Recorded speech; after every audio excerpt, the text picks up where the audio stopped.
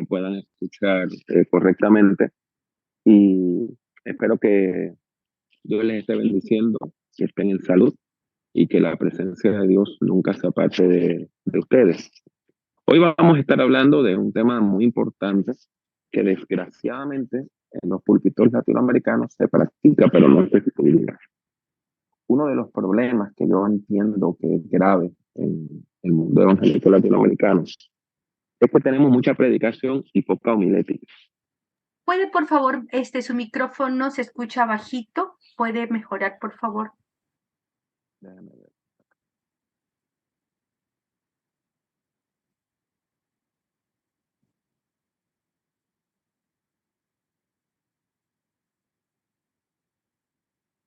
Ok, se escucha mejor ahora, ¿verdad? ¿Pueden escuchar mejor ahora? Ok, bien.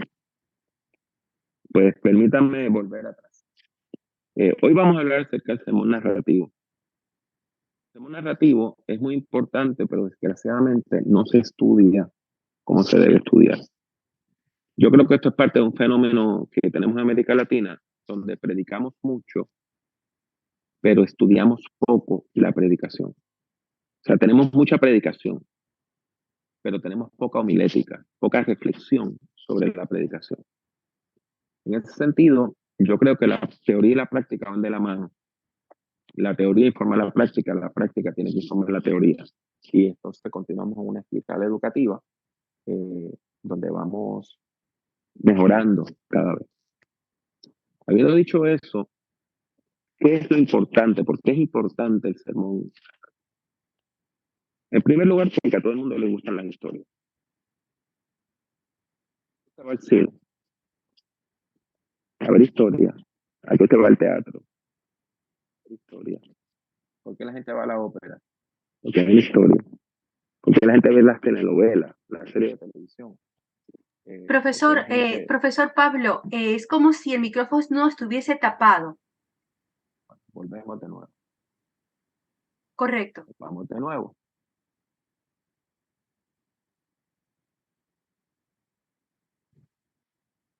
Ok.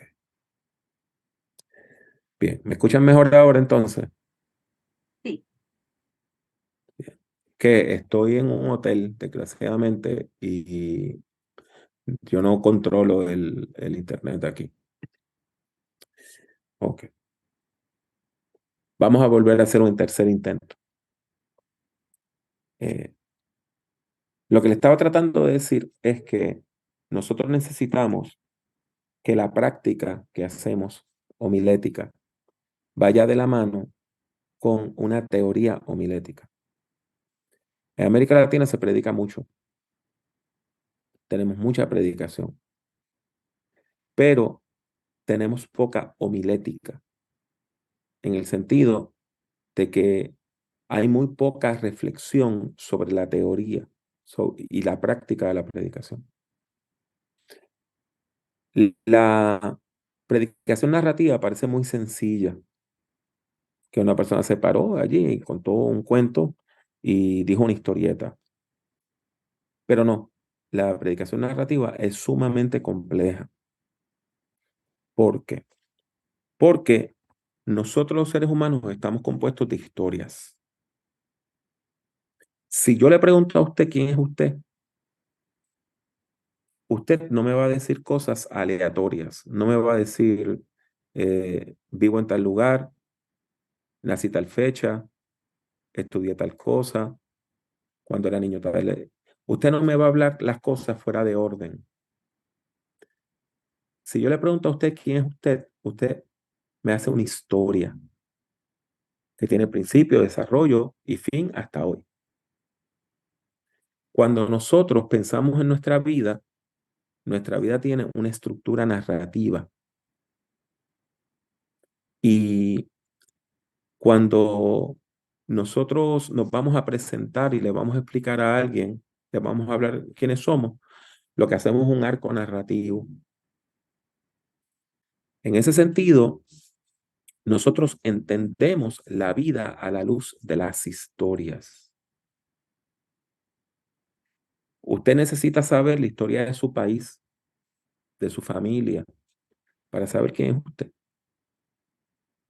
Y su historia familiar determina en grandes maneras quién es usted. Por ejemplo, yo soy un hombre caribeño y aunque mi piel no es tan oscura como la del resto de mi familia, pues yo soy descendiente de esclavos.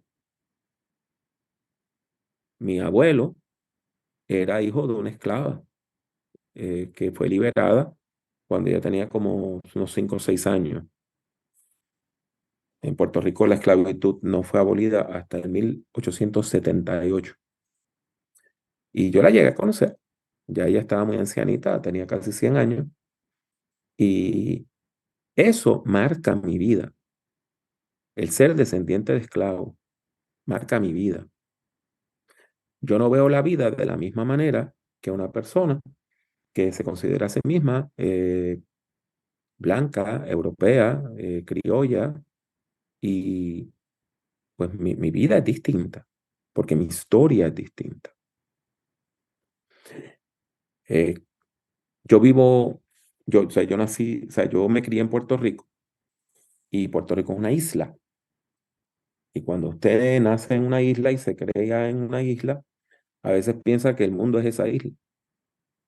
Un, un filósofo puertorriqueño que se llamaba Antonio S. Pedreira le puso nombre a eso, decía el insularismo.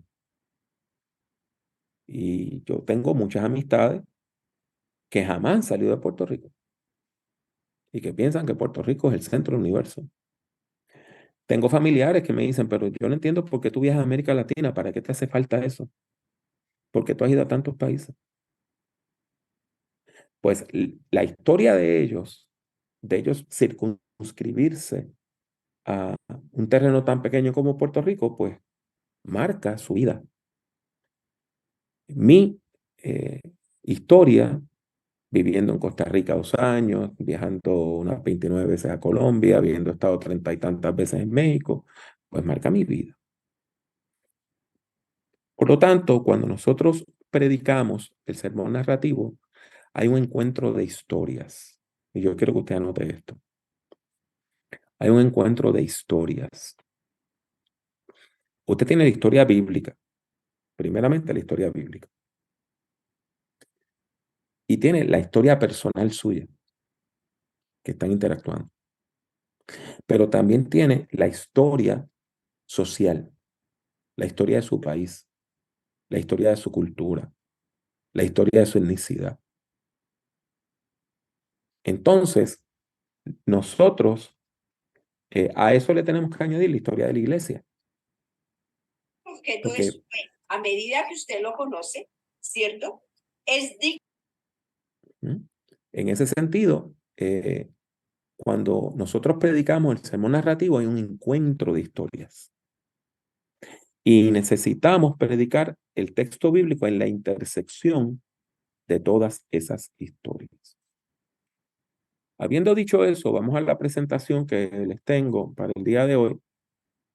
Y vamos a hablar entonces sobre cómo diseñar el sermón narrativo. ¿Cómo es que diseñamos el sermón narrativo?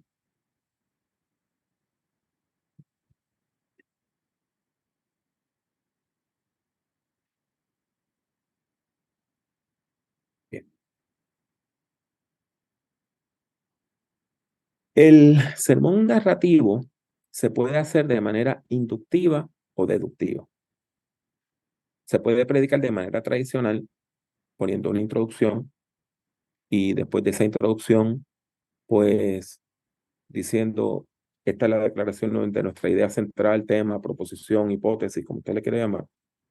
Y después presentar la historia, ya sea que se presente la historia primero, después se analiza, o se presenta una situación, se contesta con la historia, o vamos hilvanando episodios de la historia y reflexión. Pero también se puede predicar de manera inductiva. Y yo quiero exhortarles a que ustedes traten de predicar el sermón narrativo de manera inductiva. ¿Qué yo quiero decir de manera inductiva? Dejando la enseñanza, la idea central, la proposición, el enfoque, la hipótesis, lo que usted quiere dejarle en el corazón a la gente al final. No revelarlo completamente hasta el final.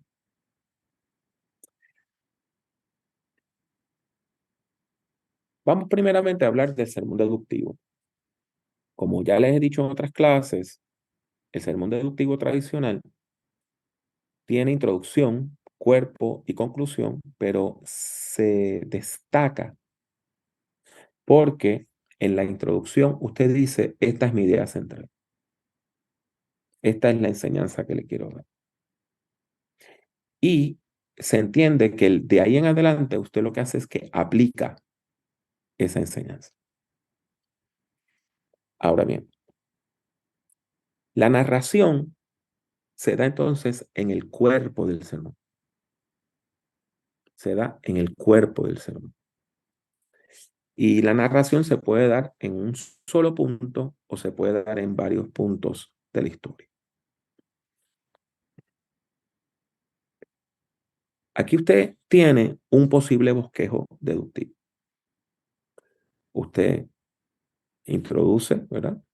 Tiene introducción, anuncia su tema o su idea central y entonces va explicando la historia por episodio.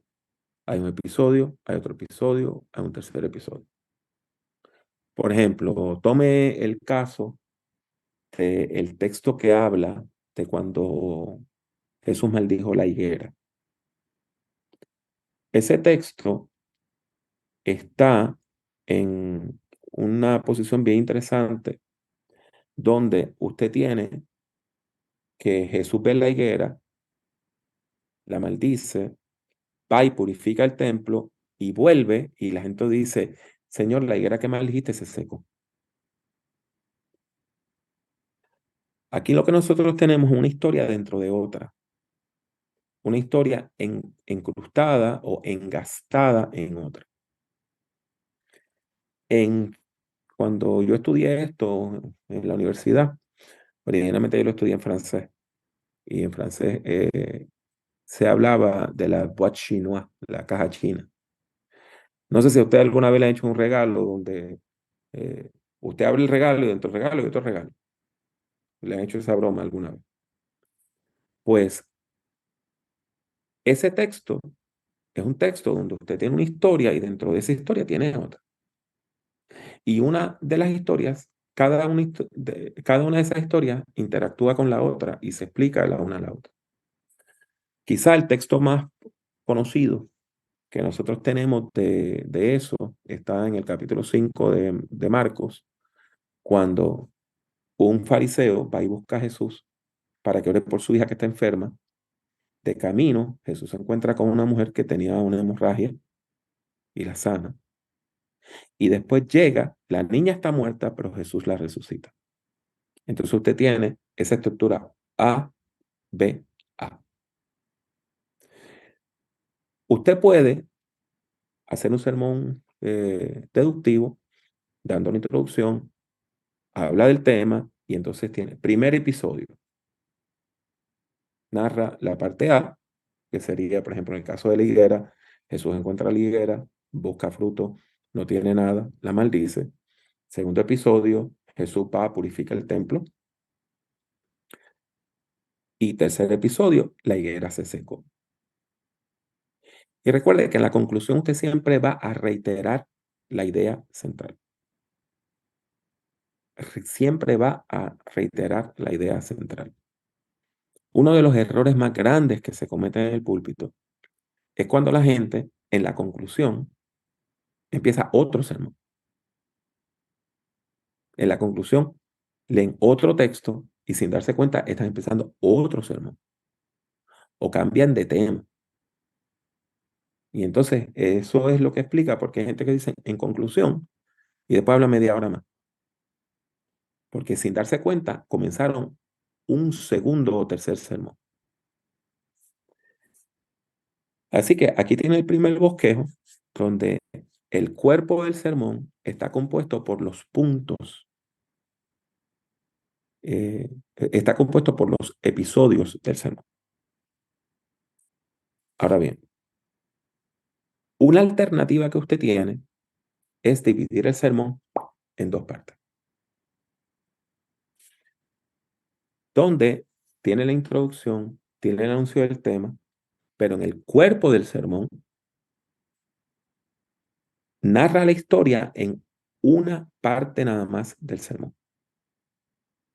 Por ejemplo, si el sermón tiene 2 puntos, usted puede narrar la historia en el primer punto y después la aplica. O en el primer punto usted puede plantear una situación, un problema, y en respuesta a ese problema, en el segundo punto narra la historia. Por ejemplo, hace muchos años, cuando yo era joven, que eso fue en el siglo pasado, yo hice un sermón sobre Lucas 24, los caminantes de Emaús, tomando ese texto como un paradigma para la educación teológica, de cómo Dios abre nuestros ojos y se nos revela.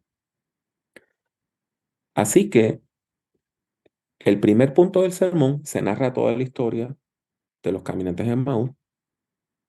En el segundo punto del sermón se derivan 3, 4 o 5 perspectivas sobre la educación teológica basada en el texto de los caminantes de Emaús. Entonces, ahí usted tiene que la historia está contenida solamente en una parte del cuerpo del sermón. Otra alternativa que usted tiene es dividir la historia en varios puntos. ¿Qué quiere decir? De nuevo, el sermón deductivo, usted siempre va a tener introducción, anuncio del tema. En el cuerpo del sermón, entonces usted narra parte de la historia, la contextualiza, la aplica. La segunda parte de la historia la contextualiza, la aplica. La otra parte de la historia la contextualiza y la aplica. Usted dirá, ¿eso se parece a lo de los episodios? Sí, se parece. Lo que pasa es que hay historias muy cortas que en sí no tienen episodios. Por ejemplo, si usted va a Marcos 1, 40 al 45, va a encontrar que Jesús tuvo un encuentro con un leproso. La historia tiene un solo episodio. El leproso viene donde Jesús, se tira a sus pies, le ruega que le sane. Jesús, violando la ley, lo toca cuando el hombre todavía estaba leproso y lo sana. Y ya está. Y después le dice a Jesús, vete donde el sacerdote para que te declare sano y pueda volver a tu casa. Ya está. O sea, es un solo episodio. Pero ¿qué pasa? El texto es tan y tan y tan diferente a nuestra experiencia diaria, que si usted lo va a predicar bien, necesita ir explicando cada paso. Por ejemplo, yo dudo mucho que usted se haya encontrado con un leproso yendo al mercado o yendo a tomar el bus o caminando por el centro de la ciudad en el último mes o en el último año o en la última década o en toda su vida. La experiencia de nosotros tener personas con enfermedades de la piel caminando por ahí no es común. Sí, a veces uno las ve. Particularmente en mi tierra, a veces usted ve personas que claramente tienen enfermedades de la piel, que están pidiendo dinero. Y casi siempre, pues, se debe a falta de aseo personal y también porque son personas que están en el vicio de usar drogas ilícitas. Pero en primer lugar, nosotros no nos encontramos diariamente con personas que están pidiendo plata. Nosotros no tenemos ya leprocomios donde mandamos a las personas leprosas a estar encerradas. Nosotros no aislamos a los leprosos y le decimos, váyanse a vivir allá al monte, solo. De hecho, la lepra es una enfermedad muy, muy rara en nuestro mundo. Y eso es otro problema. El Nuevo Testamento llama lepra a cualquier enfermedad que cambiara la forma, el color o la textura de la piel. Nosotros hoy le llamamos lepra nada más a la enfermedad causada por el bacilo de Kaposi. Pero en el tiempo de Jesús, hasta el vitiligo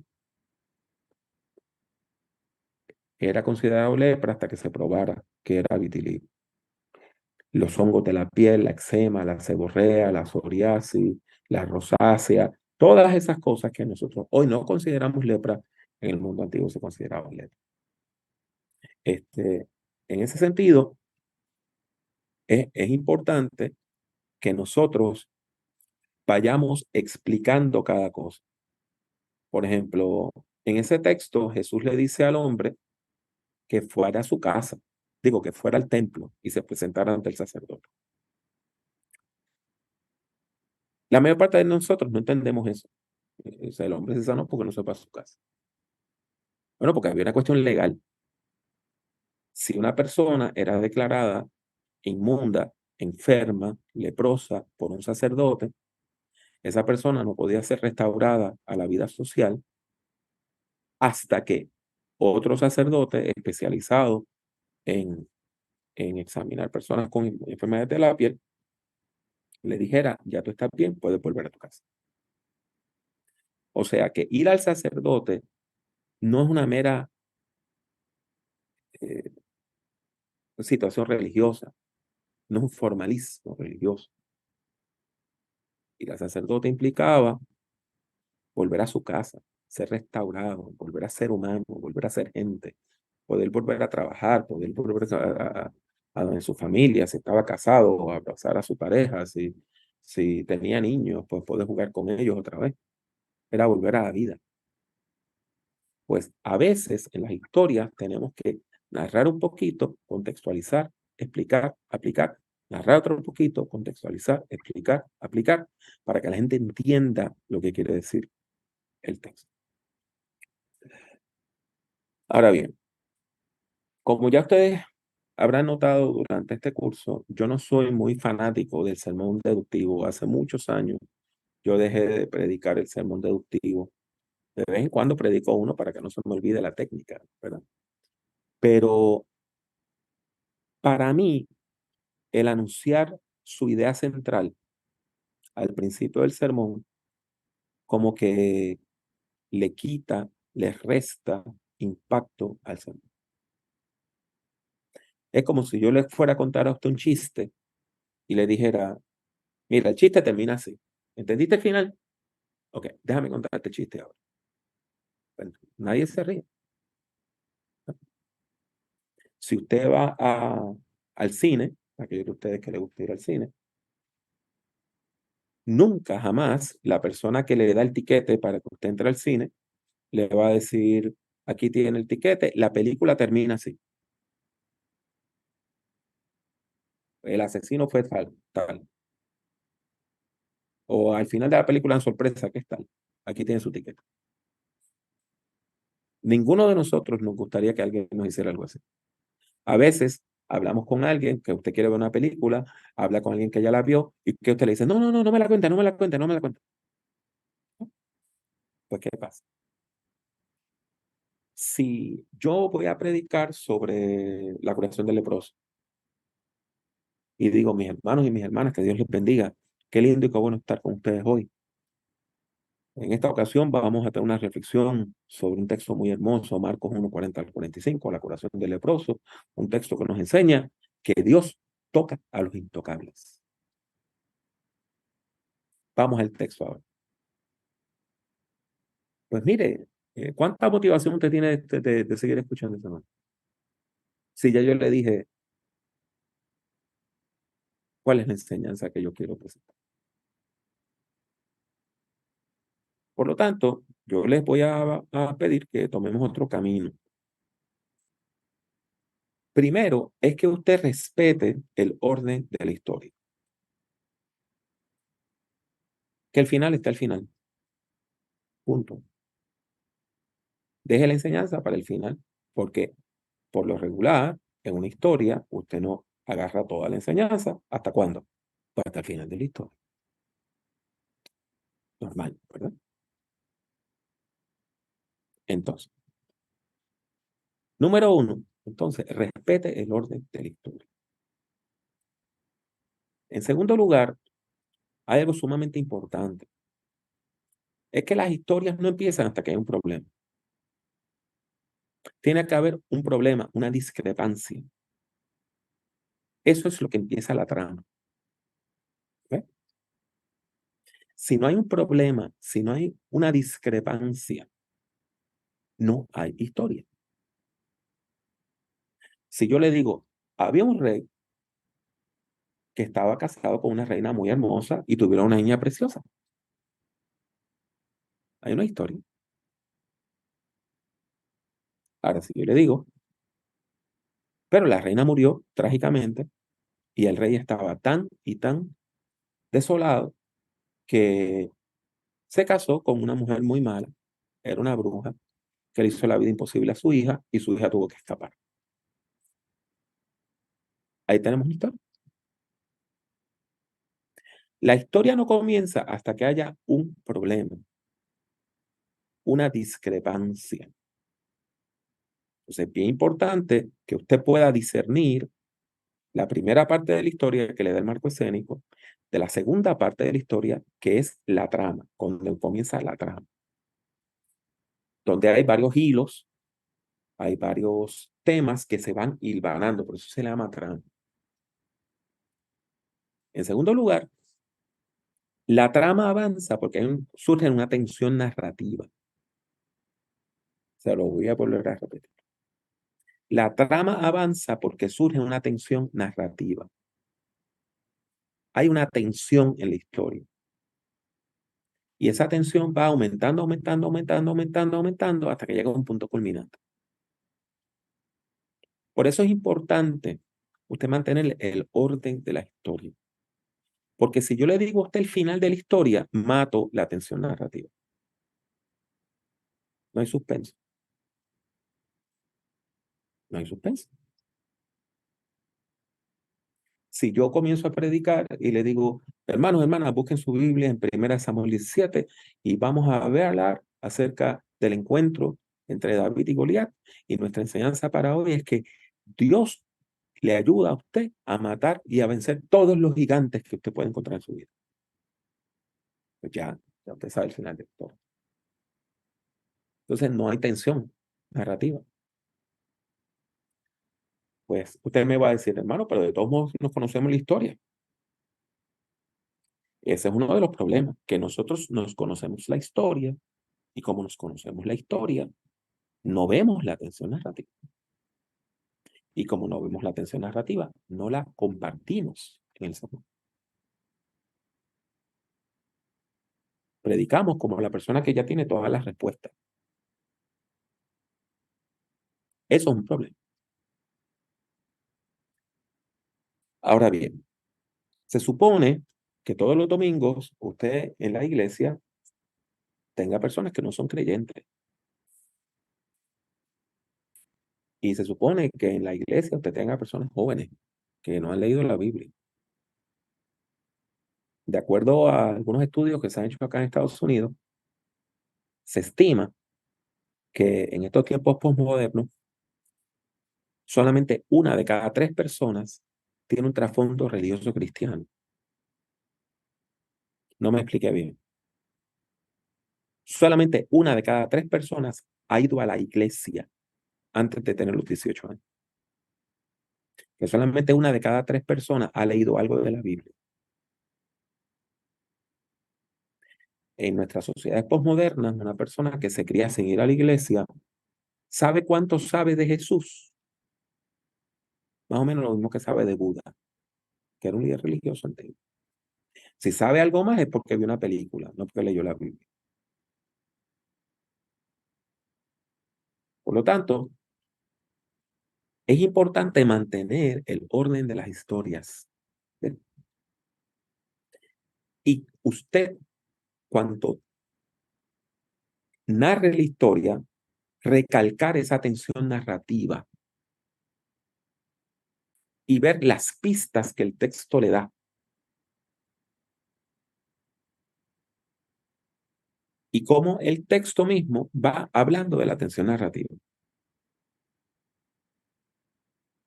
Toma el caso de la historia de David y Goliat.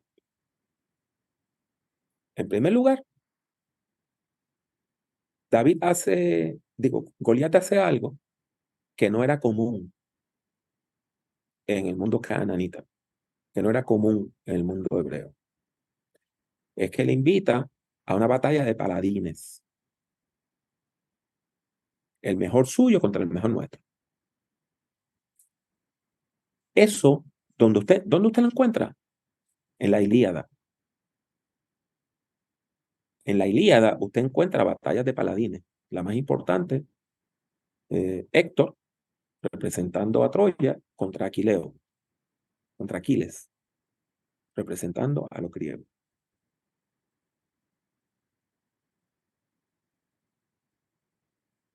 ¿Cómo se explica eso? Bien sencillo.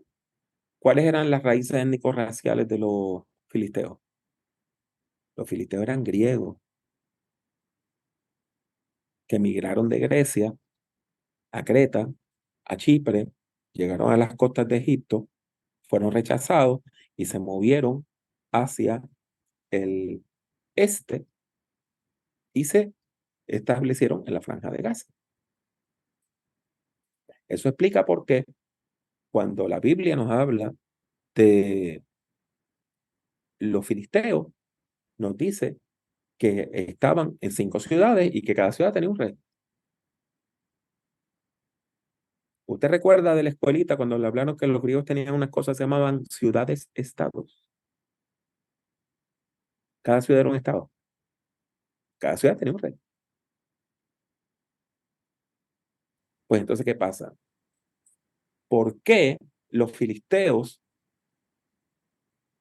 desafían a los judíos a una batalla de paladines? Porque esa es su tradición como griegos, como personas que tienen trasfondo griego. Ahí usted tiene un elemento. Nos están presentando algo que nunca habíamos visto. Una batalla de paladines. Segundo, ¿David era un militar? No. David era un muchacho que su papá lo mandó a llevarle comida a sus hermanos.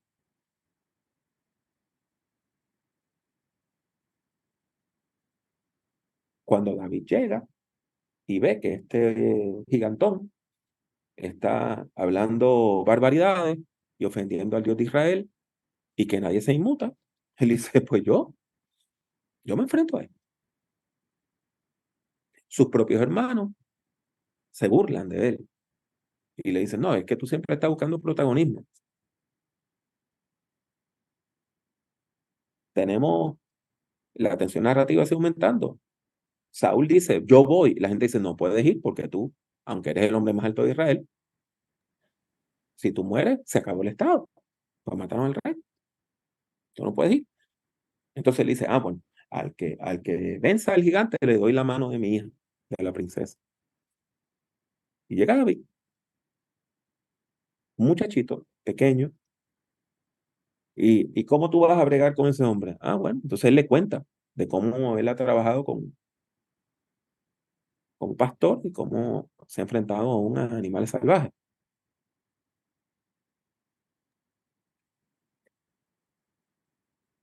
Para protegerlo, porque dicen, este hombre, pues, Goliat se lo va a desayunar, ¿verdad?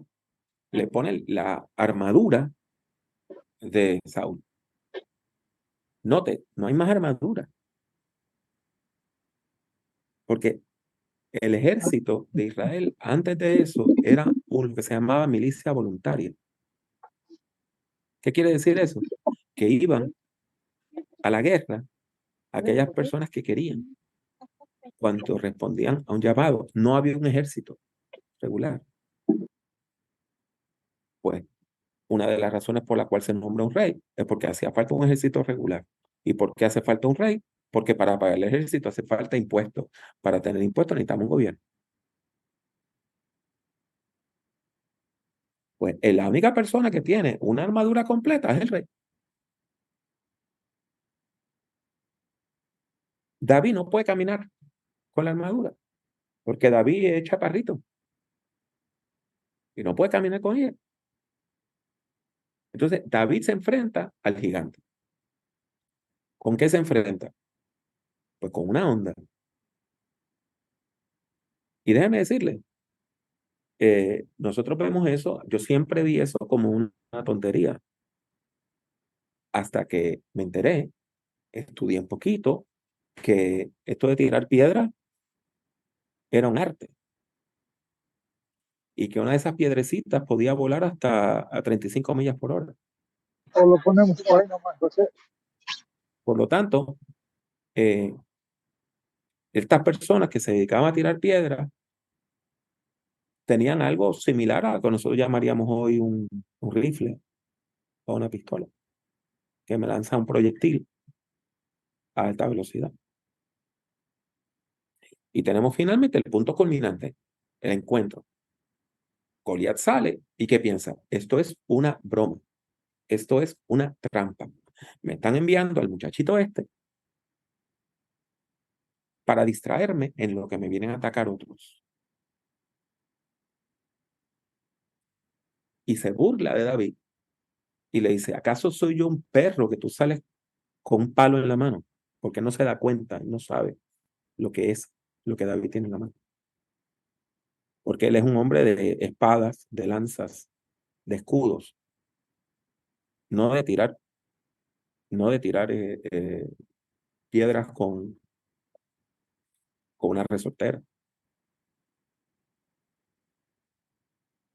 Y él amenaza a David y le dice que lo va a matar, que le va a cortar la cabeza y que la va a poner en lo alto de su lanza, una pica, ¿verdad? Era una de las cosas que se hacía en el mundo antiguo para aterrorizar. Y ahí David le contesta, tú vienes contra mí con espada, lanza y jabalina, pero yo vengo en contra tuya en el nombre del Señor. Entonces ahí cambia completamente la historia.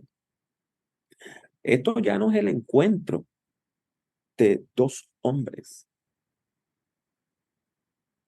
Esto no es una batalla entre dos soldados. Goliat se había enfrentado a mucha gente y los había vencido, pero nunca había peleado con Dios. Y no es que David era un Dios, es que David viene en el nombre, y en la Biblia cuando se habla de el nombre, quiere decir la presencia de. Cuando nosotros oramos y decimos en el nombre de Jesús, queremos decir que Jesús está aquí con nosotros. Cuando David dice, vengo en contra tuya en el nombre del Señor, es que el Señor está aquí conmigo. Tú no estás peleando conmigo, tú estás peleando con el Dios de Israel. Entonces, ¿cómo tú le ganas a un Dios? ¿Ve que hay tensión narrativa? Entonces, en ese punto culminante, cuando Goliat se acerca a David, David tira la piedra, le da en la frente. Imagínese usted una piedra a 35 millas por hora, le da a usted en la frente. ¿Qué pasó? Pues le rompió la piel, le rompió la calavera, se le incrustó en el cerebro y empezó a botar masa cerebral. Cayó el gigante. El que terminó con la cabeza en la punta de una lanza fue Goliat. No fue David. Ahora, cuando llegamos ahí, es que podemos hablar de cuál es la enseñanza de esta historia, qué esta historia nos está enseñando, qué esta historia nos está diciendo. Entonces tenemos que hacer teología más profunda, porque mucha gente lo que hace es que predica esta historia como una historia de pensamiento positivo. Dios te ayuda a vencer los gigantes de tu vida, ¿no? Ese tipo de teología eh, de tienda de descuento. Pues mire, no. No es que Dios me ayude a mí a vencer los gigantes de la vida. Es que las fuerzas del mal y de la muerte nos atacan a nosotros sin darse cuenta que con quien están peleando es con Dios. Porque Dios está a nuestro lado como poderoso y gigante. O sea, en el fondo, la guerra de Goliat era una guerra teológica. Y la perdió. Porque él venía en nombre de los dioses falsos a enfrentarse con el único y verdadero y sabio Dios. Y nosotros, como personas cristianas, entendemos que ese Dios se ha seguido revelando, que su revelación máxima es en Cristo Jesús, Señor nuestro. Por lo tanto, cuando el mal me ataque a mí, que va a pasar todos los días de nuestra vida, nosotros podemos resistir al mal. ¿Cómo? Por la presencia de Dios en Cristo por medio del poder del Espíritu Santo. En ese sentido, todo esto es compatible con la enseñanza del Nuevo Testamento que dice: resistid al diablo y él huirá de vosotros. Porque en el fondo, nosotros estamos en una batalla espiritual, como dice Efesios 6, del 10 al 20.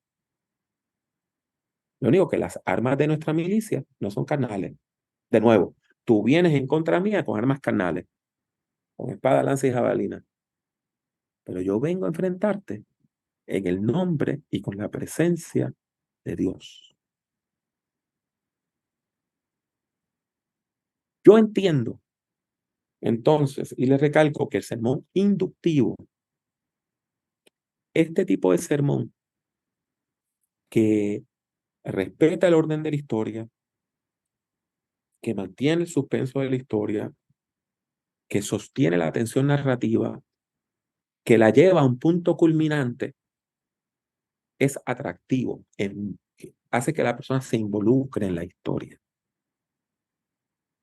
Y cuando usted habla de ese desenlace donde la presencia de Dios hace una marcada diferencia, la persona experimenta en su propia vida lo que es entonces el bienestar que Dios da, la salvación que Dios da, la salvación que Dios trae a nuestra vida.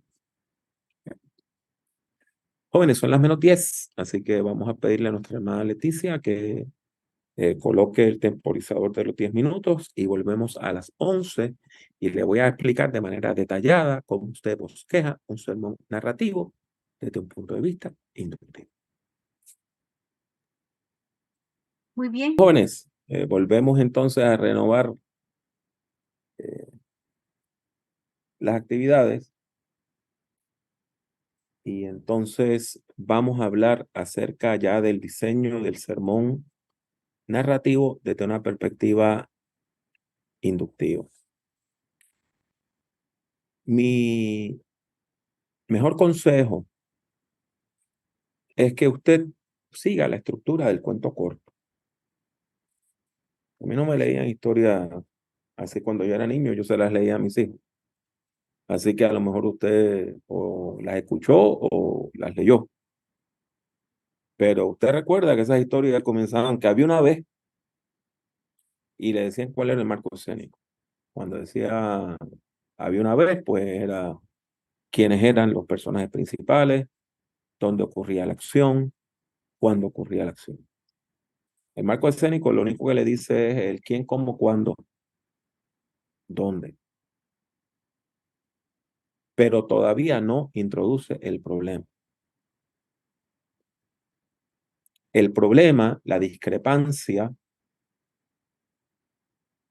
se introduce al principio de la trama, o para decirlo de otra manera, tan pronto usted introduce el qué, que es el problema, comienza la trama. Ahí que comienza la trama. Y como le dije, esa trama, que puede estar dividida en episodios o no, se caracteriza porque tiene tensión narrativa y va aumentando la tensión, aumentando la tensión, aumentando la tensión hasta que llega el punto culminante. En el punto culminante, por lo regular, hay que tomar una decisión. Es o una cosa o la otra. Por ejemplo, en la historia de David y Goliat, pues claro está, el punto culminante es cuando se enfrentan David y Goliat. Eso está clarito. Ese es el punto culminante. En otras historias, el punto culminante no es tan claro.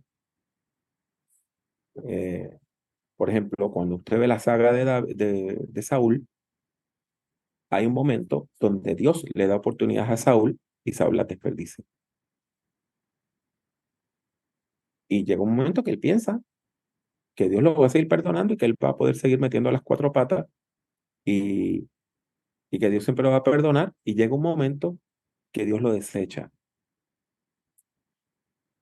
Cuando él le agarra el manto a Samuel y el manto se rasga. Y Samuel le dice, así mismo Dios te ha separado. Así mismo se ha roto tu relación con Dios y Dios te ha separado del reino. Pues un punto culminante.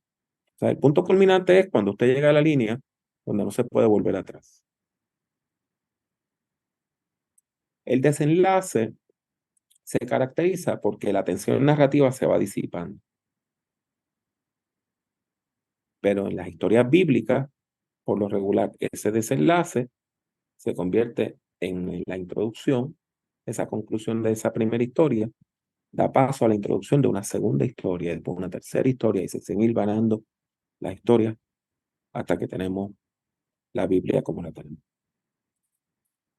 Yo le sugiero entonces que usted lea una historia del Antiguo Testamento y trate de bosquejarla de esta manera. Entienda bien el marco escénico. A veces nosotros predicamos como que todo se dio a la misma vez.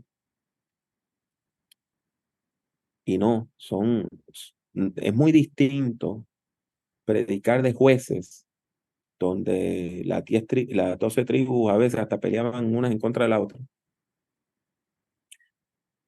a predicar sobre el Reino Unido bajo David y Salomón, a predicar de los tiempos del exilio, de la restauración o del coloniaje bajo Roma. Son condiciones sociales completamente distintas. Es el mismo territorio nacional, son las mismas ciudades, es la misma fe, pero las condiciones son completamente distintas.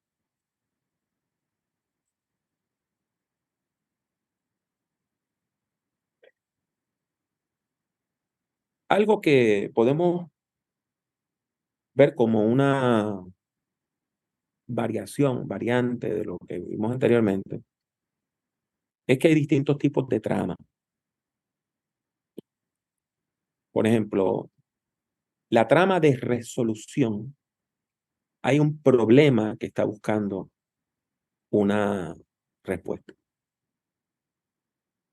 Por ejemplo, cuando usted tiene la historia de Naamán, hombre que carece de salud, pues usted puede ver que él está buscando algo que no tiene. Él está buscando una solución a un problema. Y claro está, cuando finalmente se encuentra con el profeta y el profeta le dice, váyase a bañar,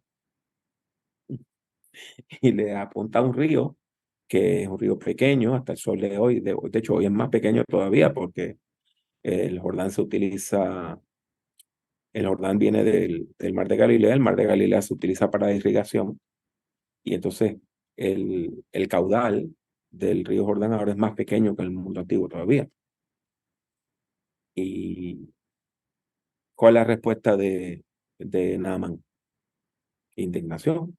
Dice, ¿cómo yo, que soy una persona tan importante, me voy a meter en un charco como ese? Cuando en mi tierra sí que hay ríos grandes. Pero que el punto no era el agua, no era milagrosa. Lo que eh, el texto nos habla es de un sometimiento a la voluntad de Dios, y un entendimiento de quién es Dios. En términos de carencia de poder, pues tenemos la historia de el pecador más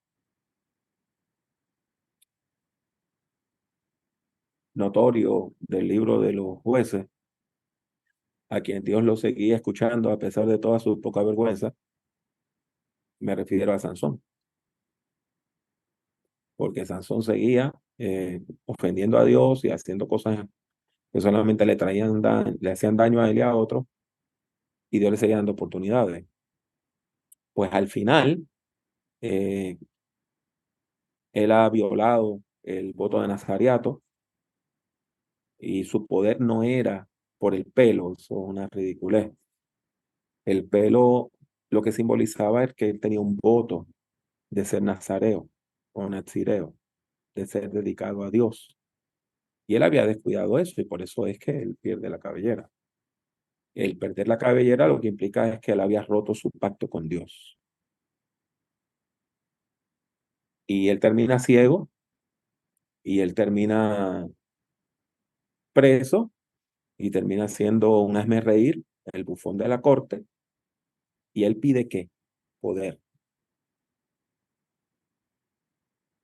Y Dios se lo da. Para entonces darle a los asesinos lo mismo que le habían dado a él. Y ahí es que él recupera, recibe poder, ¿verdad? Del Espíritu Santo. Que así es que en el Antiguo Testamento se ve como una fuerza que viene y que va, que viene y que va, que viene de manera puntual. Y entonces él va, empuja las columnas que aguantaban el techo del templo y ahí él obtiene su venganza. Así que cuando usted está predicando una historia, pregunte si el personaje central carece de poder o de salud y la está buscando. Entonces tiene un trama de resolución. Otro elemento que puede ver es lo que se llama la trama de revelación. En la trama de revelación, usted encuentra que la persona no es que le falta poder, no es que le falta salud, es que le falta conocimiento. La persona está buscando conocimiento. La persona está buscando entender. Por ejemplo, usted tiene la historia de Job. Job, aunque seguramente está basado en una historia verdadera, en su forma actual tiene forma de obra de teatro, donde después que se le da a usted el marco escénico y se establece el problema, ¿verdad? Que es esta manera como el acusador, el Satán, el fiscal, lo señala ante Dios y Dios permite que este hombre pues sufra calamidades. Usted lo que tiene son soliloquios, usted lo que tiene son monólogos. Entonces viene uno de los amigos de Job y da un monólogo, Job le contesta, viene el otro habla, Job le contesta, viene el otro habla, Job le contesta y usted tiene, ¿verdad?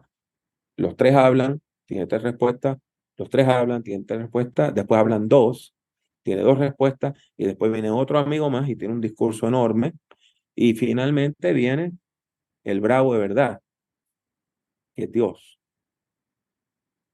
Y aparece un torbellino. Y Dios le responde a Job, como diciendo, bueno, tú quieres conocimiento, tú quieres respuesta, no hay problema. Yo te la doy siempre y cuando tú me contestes unas preguntitas que yo te voy a hacer a ti primero. ¿Dónde estabas tú cuando yo creé? ¿Tú sabes por dónde es que le entran las fuentes al mar? ¿Tú conoces los patrones de gestación de las cabras monteses? Lo único que le faltó a Dios decir ahí fue preguntarle a Job si él sabía por dónde le entraba el agua al coco. En la versión revisada puertorriqueña, cuando se haga, pues le añadimos eso. Pues usted puede ver personajes que están buscando sabiduría.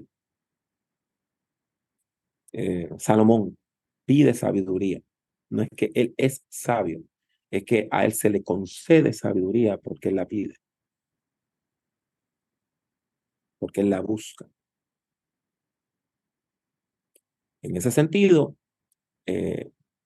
son dos tramas distintas, muy similares, pero son dos tramas distintas.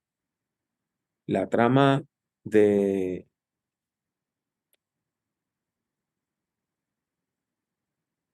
resolución y la trama de revelación.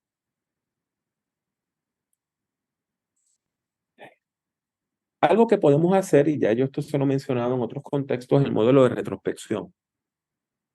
Yo estaba terminando la escuela superior cuando leí por primera vez una novela que utilizaba la retrospección.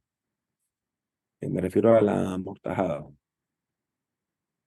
donde se habla de esta dama que ha muerto y que está recordando el pasado. O sea, va del hoy al ayer y vuelve al hoy.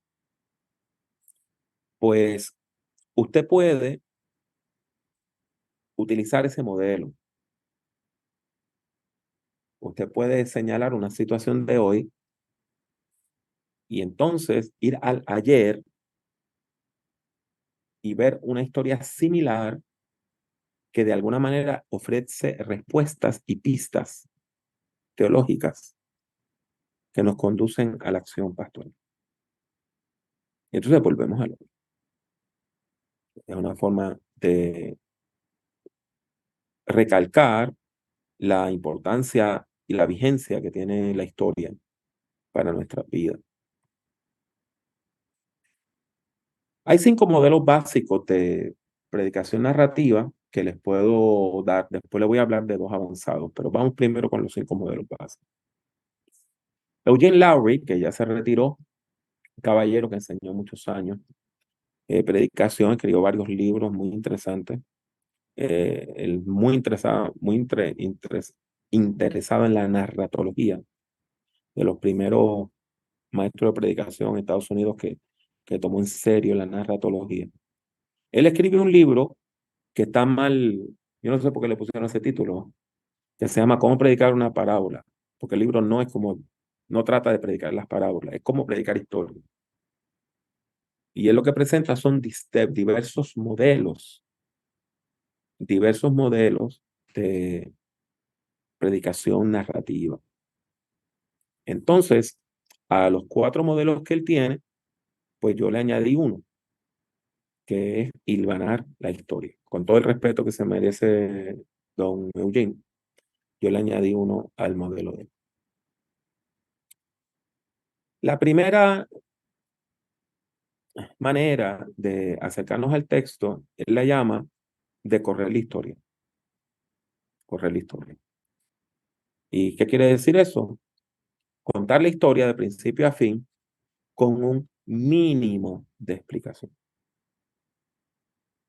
Con un mínimo de explicación. Cuando se incluye la explicación, tiene que ser de manera puntual para aclarar algo que de otra manera la gente no podría entender. Y se debe hilvanar con la narración, porque si le dedicamos demasiado tiempo a la explicación, pues vamos a terminar con un sermón expositivo. ¿Okay? Entonces, esta explicación debe ser bien corta, bien puntual. Del mismo modo, la aplicación debe ser mínima. Y le voy a decir esto, aunque la mayor parte de nosotros no lo hacemos. La aplicación hasta se puede suspender. Usted puede contar la historia y no aplicarla. Y usted me va a decir, pero hermano Pablo, ¿cómo es eso? Pero le tenemos que decir a la gente lo que las cosas quieren decir.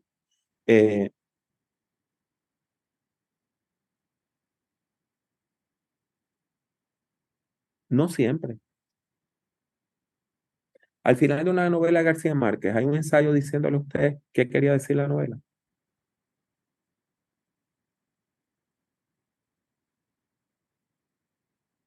Eh, Después que usted ve, qué sé yo, La Guerra de las Galaxias, y le dicen, quédese sentado porque ahora Steven Spielberg nos va a explicar cómo esta historia está basada en la Segunda Guerra Mundial, en el asesinato de los judíos y cómo eh, el imperio representa a los nazis no. La mayor parte de las veces nosotros vemos las historias y las entendemos de manera intuitiva.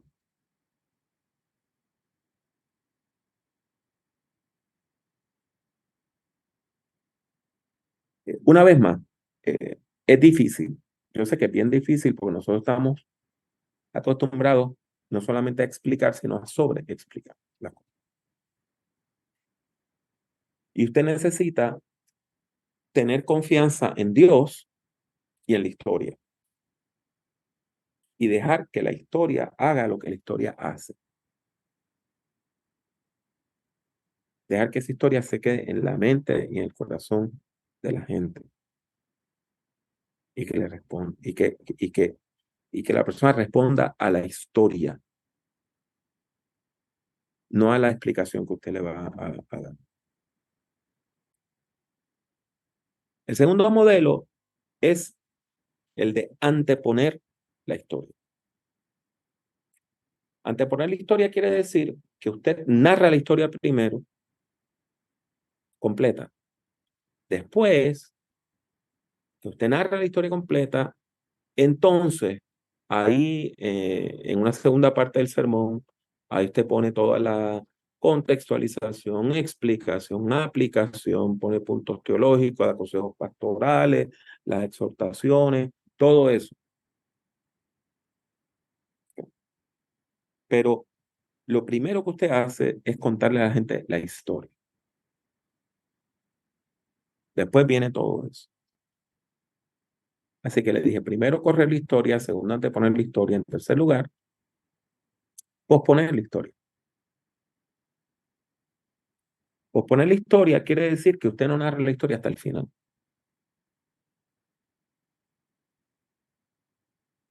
Yo uso este modelo, pero una de las quejas que recibo de la gente es que me dicen, ¿y por qué usted se tardó tanto en llegar a la Biblia?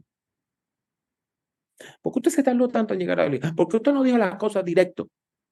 Pues no se dan cuenta que es una estrategia de oratoria, es una estrategia de comunicación.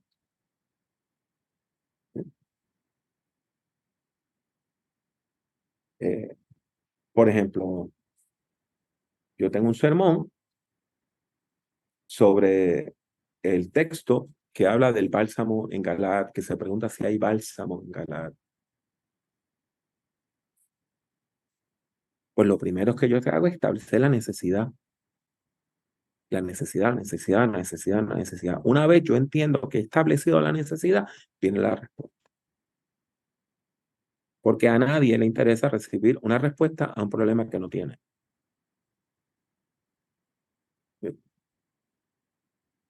Por ejemplo, yo soy asmático. Si usted me dice, tengo aquí un medicamento que te va a ayudar a respirar mejor, me interesa. Ahora, si usted me dice, tengo un medicamento que te va a ayudar a dejar de fumar, no me interesa porque yo no fumo. Al contrario, el humo de cigarro es de las peores cosas que a mí me puede pasar. Me da asma, me ahogo cuando una persona está fumando. Por lo tanto, a mí no me interesan las soluciones a los problemas que yo no tengo. Su audiencia es igual. Así que a veces usted tiene que crearle conciencia a la gente de que tienen un problema y entonces ahí usted le presenta cómo la historia responde a ese problema. Y para hablarlo más clarito, en el mundo donde nosotros vivimos hoy, la inmensa mayoría de la gente no tiene ningún tipo de conciencia de pecado. La palabra pecado en muchos de nuestros países ha perdido completamente el sentido. En Estados Unidos, usted sabe dónde encuentra la palabra pecado cuando va a un restaurante y están describiendo los postres y le hablan de un postre que es una montaña así de chocolate con caramelo y helado y pancake y cuánta cosa, y después le dice una sinful, una mezcla pecaminosa. Pues pecados son cosas buenas en la mente del estadounidense. Cuando yo viví en Costa Rica y a una mujer le regalaban algo muy, muy caro, muy bonito, que decía, ¡ay, qué pecado! Y en las telenovelas la palabra pecado quiere decir sexo. Pues mire, si usted va a predicar un sermón evangelístico, estamos predicando sermones evangelísticos en un mundo que no tiene conciencia de qué quiere decir el pecado. Así que antes de usted hablar de la historia de cómo Dios salva al pecador, tiene que explicarle a la persona qué quiere decir usted al afirmar que la persona es pecador. Antes de hablar de esta es la respuesta, esta es la salvación, hay que establecer pues, por qué yo necesito ser salvo y de qué yo necesito ser salvo y para qué yo necesito ser salvo. Y ahí usted puede, en esa primera parte, establecer esa necesidad y predicar la historia con una respuesta. Así que ya le dije, correr la historia es contar la historia en todo el sermón. Anteponer la historia es contarla primero, después aplicarla. Posponer la historia es crear una necesidad para entonces responder con la historia. En cuarto lugar está el hilvanar la historia. Y yo le recomiendo que usted utilice este modelo. Este es un modelo muy bonito, donde vamos de la historia a nuestra situación, de la historia a nuestra situación, de la historia a nuestra situación, y usted va haciendo una espiral muy bonita, donde la persona va leyendo la Biblia en la vida y la Biblia en la vida. En quinto lugar, hay una forma que Eugene Laurie recomienda que yo no recomiendo. Pero existe, así que le voy a decir que esto existe, recomendándole que no la use. Me refiero a suspender la historia. A veces nosotros predicamos sobre una historia y no narramos la historia, no contamos la historia, no decimos la historia. Sencillamente la historia se da por sobreentendida.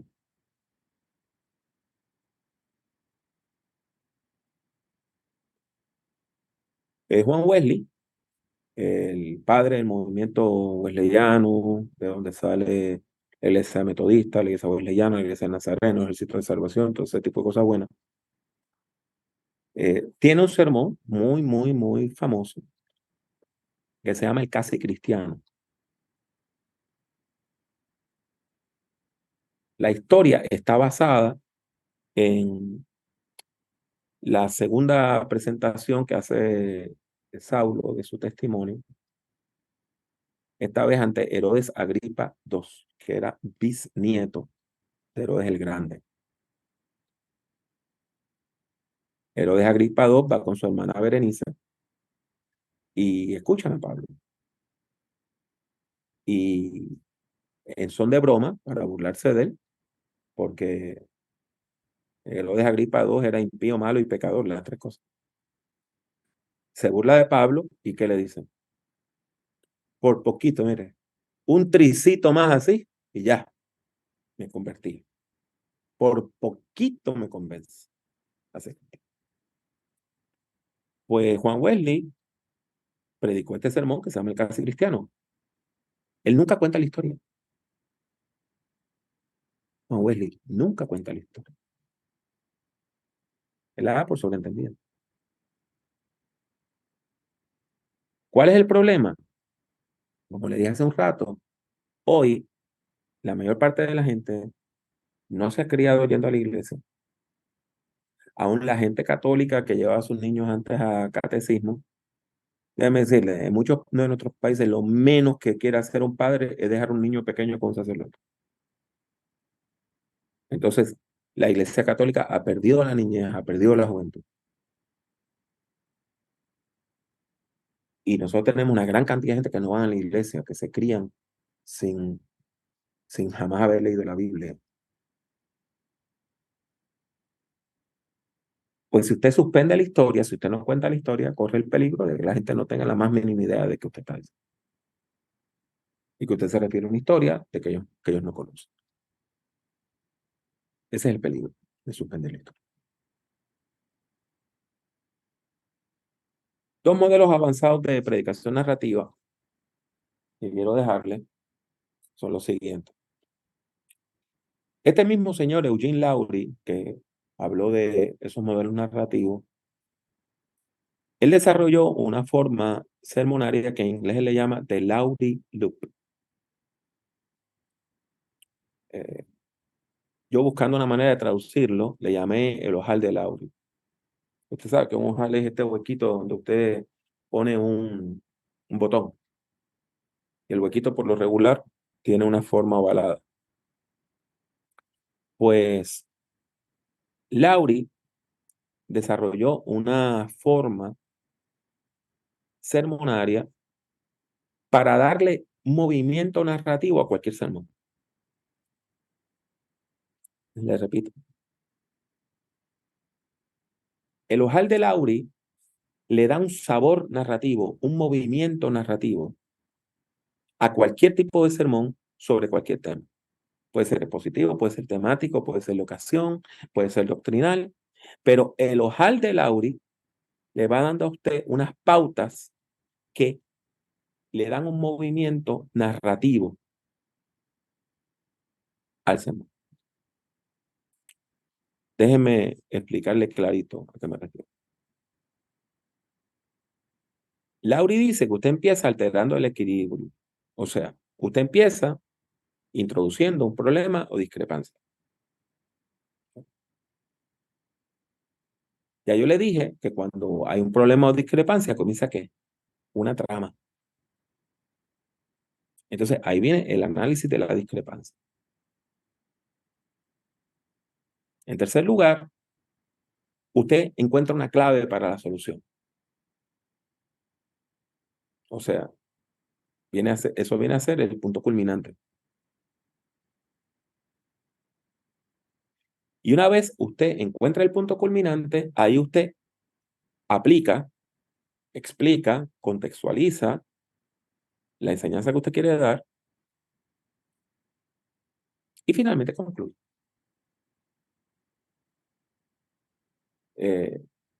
Esas palabritas que usted ve ahí, ups, ajá, we, yeah, son palabras que él desarrolló para identificar cada uno de los movimientos de su sermón.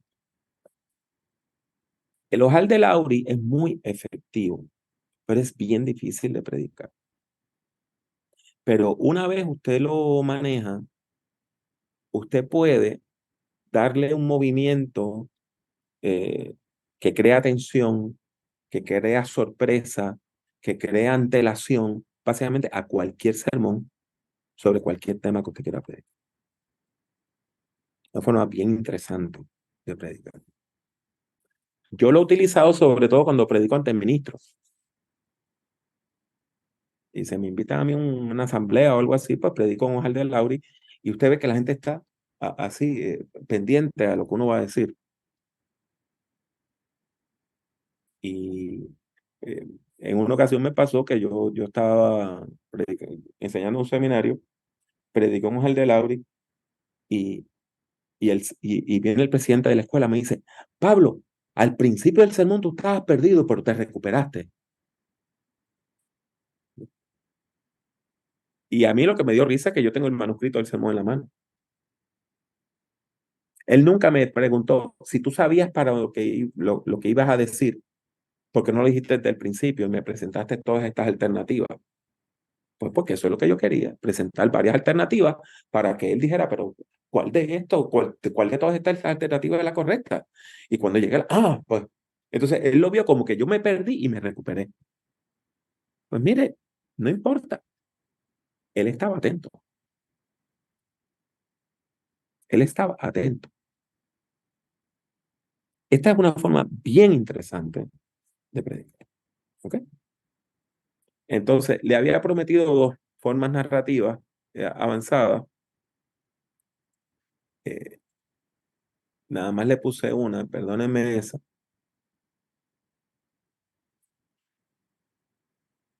Otra forma narrativa avanzada es el sermón en primera persona. El sermón en primera persona es el sermón que usted va dando, que usted va explicando, como si usted fuera el personaje bíblico. Ahora, quiero aclarar algo. Si usted se viste como el personaje y se maquilla como el personaje, he visto damas que se maquillan como personajes bíblicos, ya eso cruzó y es teatro. Eso no es un sermón. Y el teatro, no hay problema. Usted utiliza haga una obra de teatro para predicar el evangelio. Amén. No hay problema. Pero no es lo mismo y no se escribe igual. El sermón en primera persona, usted está vestido como usted se viste, no está disfrazado, no está tratando de parecer a otra persona, sencillamente con la voz, con la predicación, usted va creando este mundo conceptual donde usted se identifica con el personaje y le da voz a un personaje.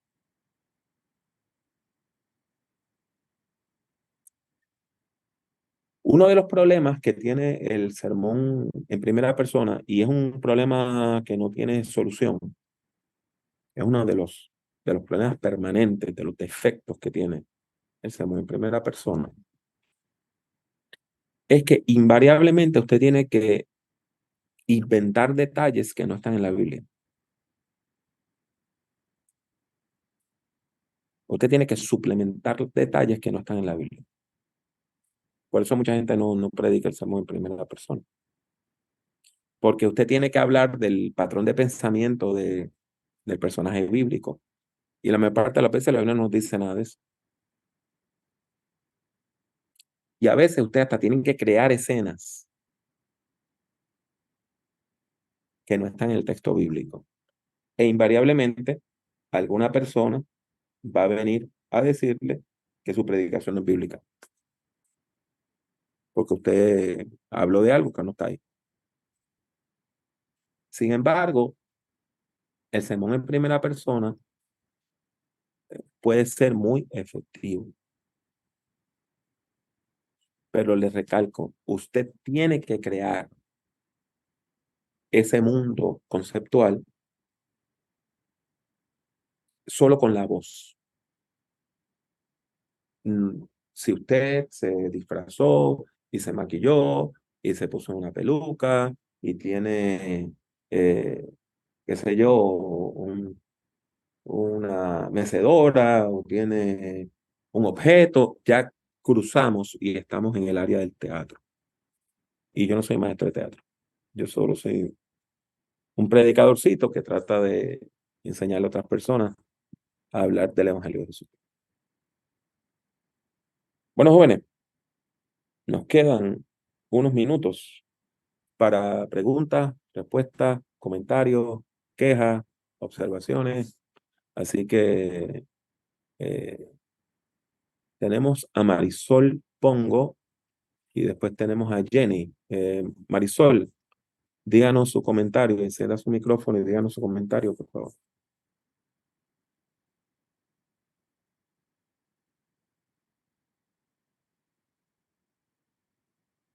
Marisol, encienda su micrófono primero y díganos su comentario. Pastor, buenos días. Recién me activaron el audio. Quise hablar. Qué bueno. Gracias, Pastor. El último sermón en primera persona es impostar la voz, se refiere a variar la voz o tipo un audiolibro que sale dramatizado como la Biblia dramatizada. No, y no. acá, Cuando le digo la voz, sí. es que no vamos a usar escenario. Ah, ya. No es teatro. es una predicación. Usted usa su voz natural. Claro está, todos nosotros hacemos variantes cuando hablamos, ¿verdad?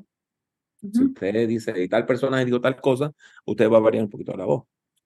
Pero lo que le quiero decir es que no caigamos, que tengamos claro la diferencia entre el teatro y la predicación. Por ejemplo, yo tuve un estudiante que quiso hacer un sermón en primera persona y predicó sobre Sara, la esposa de Abraham.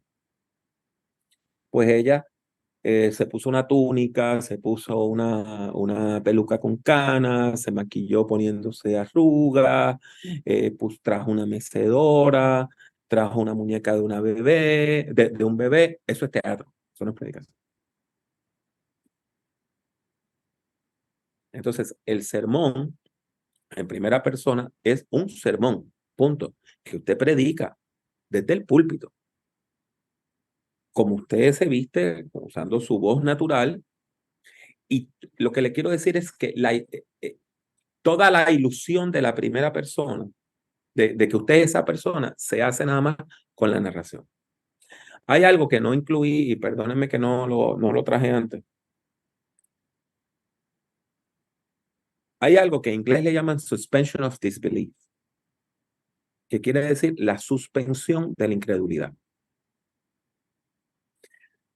Si yo me paro y digo, empiezo a predicar como si yo fuera el apóstol Pedro, pues todo el mundo sabe que yo me llamo Pablo Jiménez, yo no soy el apóstol Pedro. Pues yo necesito que la gente coopere conmigo, que se conviertan en mis cómplices para crear el personaje de Pedro. Y que estén dispuestos a darme el beneficio de la duda de que yo voy a actuar como Pedro, de que yo voy a ser Pedro durante el tiempo del ser. Es como cuando usted va al cine y usted ve a Brad Pitt vestido haciendo de Aquiles. Pues todo el mundo sabe que es Brad Pitt. Pero por las 2 horas que dura la película, pues vamos a hacernos de cuenta de que él es Aquiles y usted coopera con la historia. A eso me refiero. Pastor, Diga usted, gracias. Bueno, esa parte está muy bien, lo que está aclarando.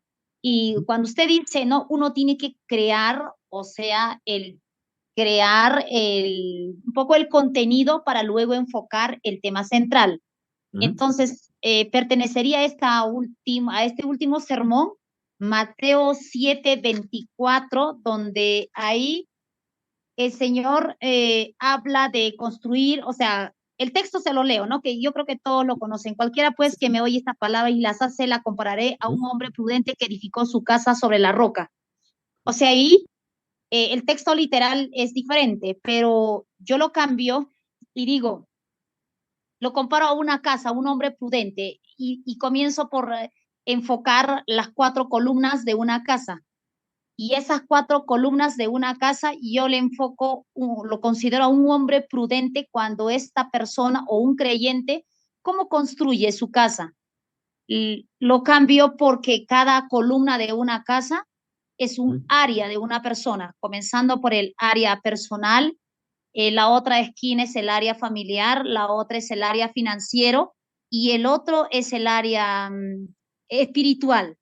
Entonces, el Señor ahí, cuando nos dice que es prudente una persona, significa que debemos ser, o sea, en toda área de nuestra vida, ¿no? Entonces quiere decir que estás construyendo tu casa dentro para también afuera. No sé si eso correspondería a este último sermón o a cuál de los sermones que usted nos enseñó. Gracias.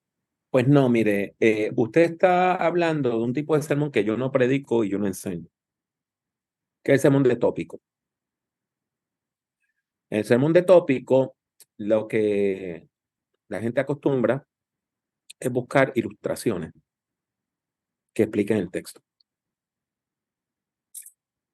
Y yo lo considero muy peligroso, porque usted está trayendo, ¿verdad? Se lo digo con mucho amor y con mucho respeto.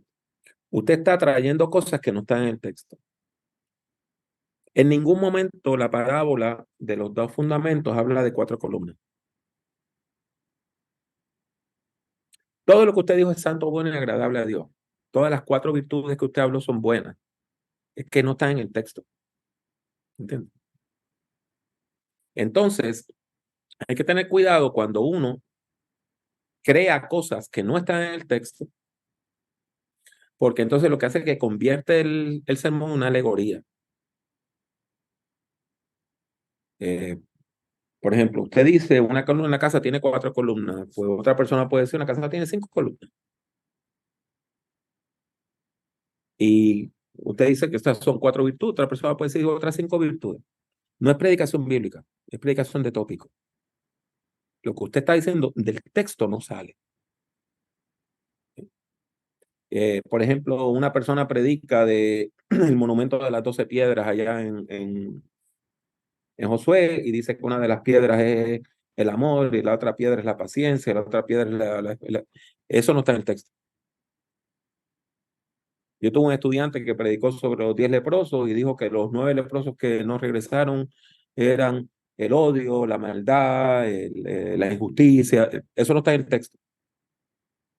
Entonces tenemos que tener cuidado porque el sermón de tópico, el peligro que yo encuentro es que una persona que utiliza el sermón de tópico, básicamente termina diciendo que el texto dice lo que le da la gana. Es bien peligroso. O sea, yo soy mucho más apegado al texto bíblico. Tenemos que seguir, hermana Jenny. Usted tenía su manita cibernética levantada. Espero que no se le haya cansado. Diga usted, joven. Sí, gracias.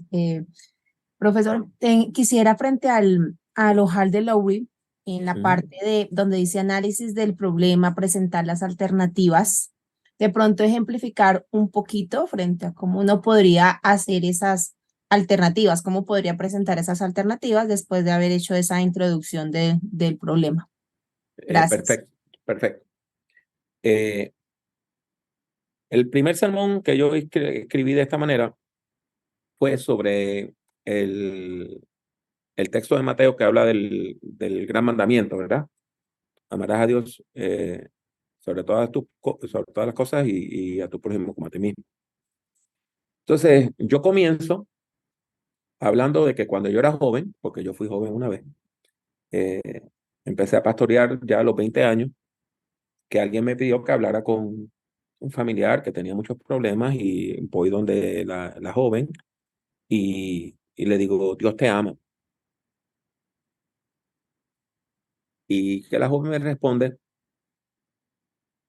¿sabe que todo el mundo que me ha abusado en la vida me dice que me ama primero? Así que, ¿qué es el amor? Entonces, en esa segunda parte de analizar la discrepancia, yo digo, ¿y qué es el amor? ¿Qué es el amor? Cuando yo le digo, Cristo te ama, Dios te ama, ¿qué yo le quise decir? ¿Quise decir, Dios tiene un interés romántico en ti? Pues no, ¿verdad? ¿Tú le gustas mucho a Dios? Pues no, eso no tampoco. Entonces, tomé lo que nosotros queremos decir con amor, por lo regular, cuando alguien dice, no, yo estoy enamorado de esa camisa, es que me gusta mucho. Yo le quise decir que Dios le gusta mucho a Dios, ¿por qué no, verdad? Pues entonces, ahí llego a este texto como la clave para entender entonces lo que es el amor. A eso que me refiero. O sea, es el problematizar el asunto. Es el traer distintas alternativas, ver sus puntos fuertes, sus puntos negativos y descartamos la alternativa hasta que llegamos a la alternativa que entendemos correcta. Eso es lo que sirve de gancho. Ese es el anzuelo para que la gente sienta que están conectadas con el sermón. Ahora, las alternativas tienen que ser posibles, no pueden ser ridículas. Por ejemplo, si usted va a predicar sobre la metáfora, sobre qué es la iglesia, hay varias alternativas. La iglesia como familia, la iglesia como templo, la iglesia como sinagoga, hasta que usted llega a a la metáfora más importante del Nuevo Testamento, que es la iglesia como cuerpo. A eso que me refiero, de analizar y descartar alternativas. Eso ayuda, Jenny. María Butrón, diga usted, joven. Gracias, pastor. Buenos días. Ujú. Mi pregunta, me he quedado casi en similar, muy parecidos lo que es el sermón narrativo con el expositivo. Si por favor me pudiera detallar de una manera puntual la diferencia, porque yo estoy en un grupo que tengo que trabajar el expositivo. Y Fácilmente. y por otra parte, pedirle un favor. Diga usted. Si pudiera compartir con nosotros en la plataforma alguno de sus prédicas en que usted ha usado el método Lauri, ¿no? Que dijo que era un poco, me gustaría mucho si nos puedes compartir ahí en la plataforma o un material que amplíe, ¿no? Este método. Bueno, Gracias. pues le prometo que le voy a enviar a la hermana Leticia para que suba a la plataforma alguno de los modelos para que usted lo vea. Y la Gracias. hermana Leticia, que es muy, ¿verdad? Ella es mi píldora contra el Alzheimer, me recuerda las cosas. Me recuerda que a los ancianitos se nos olvidan las cosas. Ahora bien, la diferencia principal del sermón expositivo al narrativo es que el sermón expositivo es explicar, para entonces aplicar. El sermón narrativo implica que usted necesita tener una disciplina de no sobreexplicar. Explicar lo mínimo para que la gente entienda la historia y sencillamente dejar que la historia hable. Confiar en que la historia es lo suficientemente interesante, poderosa, para que usted pueda pues, entender su mensaje. Yo le voy a poner acá un sermón que yo escribí, pero yo nunca lo he podido predicar y nunca lo voy a predicar. Yo escribí un sermón en primera persona sobre el encuentro de Jesús con la mujer samaritana. Lo que pasa es que lo escribí en primera persona. Y como yo no soy mujer, nadie va a creer que yo soy la mujer samaritana, ¿verdad? O por lo menos yo espero que nadie lo crea. Así que en ese sermón, una dama que no es pastora, ella es química, es maestra de química, tiene un doctorado avanzado en química, pues predica este sermón, se llama Dame de beber. Usted cuando lo vea va a notar, es historia, es la narración de la historia, la narración de la historia, la narración de la historia. Hay explicación suficiente para que usted entienda la historia. Pero es un sermón bien corto y yo entiendo que es un sermón bien poderoso.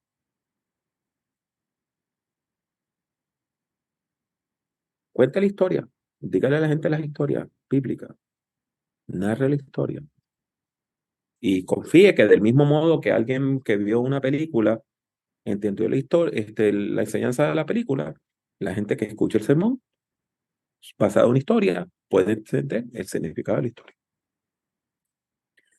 Víctor, usted tiene su mano cibernética, tiene la última pregunta. Diga usted, jovenazo. Profesor, un gusto saludarle. Mi pregunta es, ¿la predicación narrativa es igual biográfico? La segunda pregunta es, ¿se puede hacer con la predicación narrativa una doctrina? Tercera pregunta es, ¿cómo sacar los principios de la predicación narrativa? Por ejemplo, Jueces capítulo 19 habla de Levita y su concubina. Muchas gracias. Bien. Ahí usted tiene material para otra conferencia de 2 horas. Déjeme empezar por la última. La historia más horrible que hay en la Biblia está en Jueces 19, donde un desvergonzado, asqueroso, inmundo, lanza a su concubina para que sea violada en masa y es asesinada. Después la descuartiza. Es una historia asquerosa. ¿Por qué esa historia está ahí? Esa historia está ahí no para que usted diga, esto se hace, porque es imposible. Está ahí como un ejemplo de lo que no se hace. Hay ejemplos negativos en la Biblia. Hay ejemplos negativos en la Biblia. Y estas historias, pues la mayor parte de la gente, ahora mismo yo acabo de mencionar la historia, usted mencionó la historia, hay un montón de gente en este mismo grupo que no tienen idea de que nosotros estamos hablando, pero nunca la han leído. Nunca han escuchado un sermón sobre ella.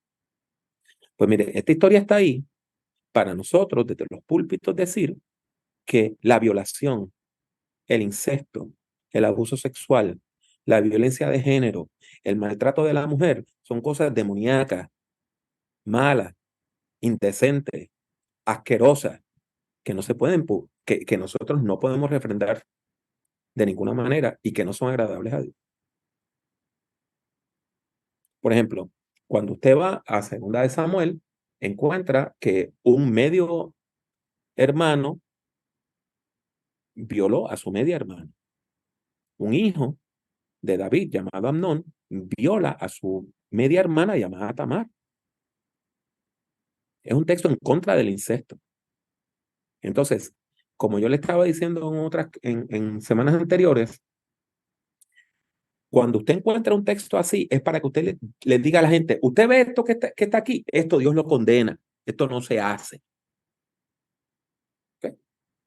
Porque de otra manera tendríamos que decir, pues que Dios está diciendo, vaya usted por ahí y viole mujeres.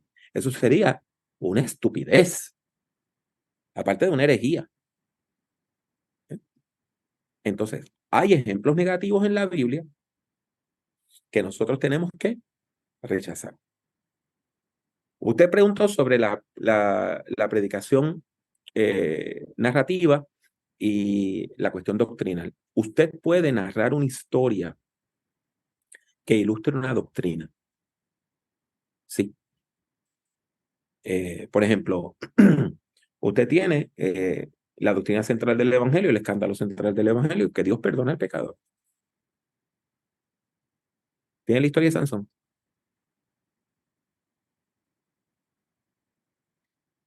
La doctrina de arrepentimiento.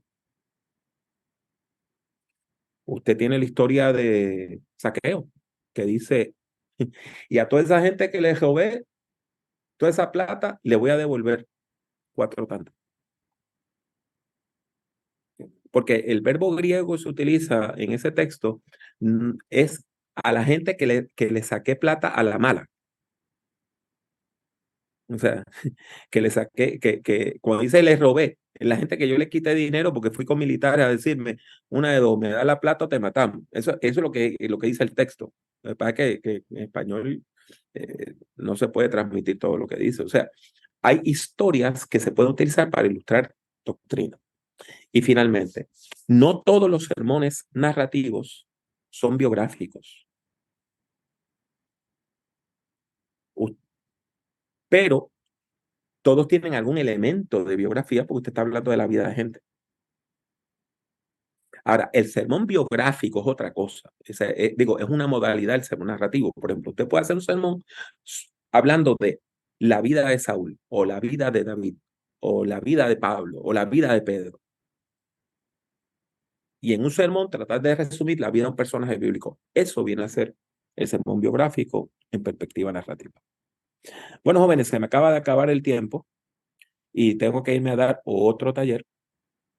Así que gracias por permitirme aburrirles todo este tiempo. Espero haber hablado suficientemente quedito para no despertar a nadie. Espero que hayan dormido muy rico y que cuando se despierten recuerden alguna de las cositas que dije. Hermana Leticia, le doy el micrófono. Bueno, muchas gracias a todos por la asistencia. Gracias, profesor Pablo, por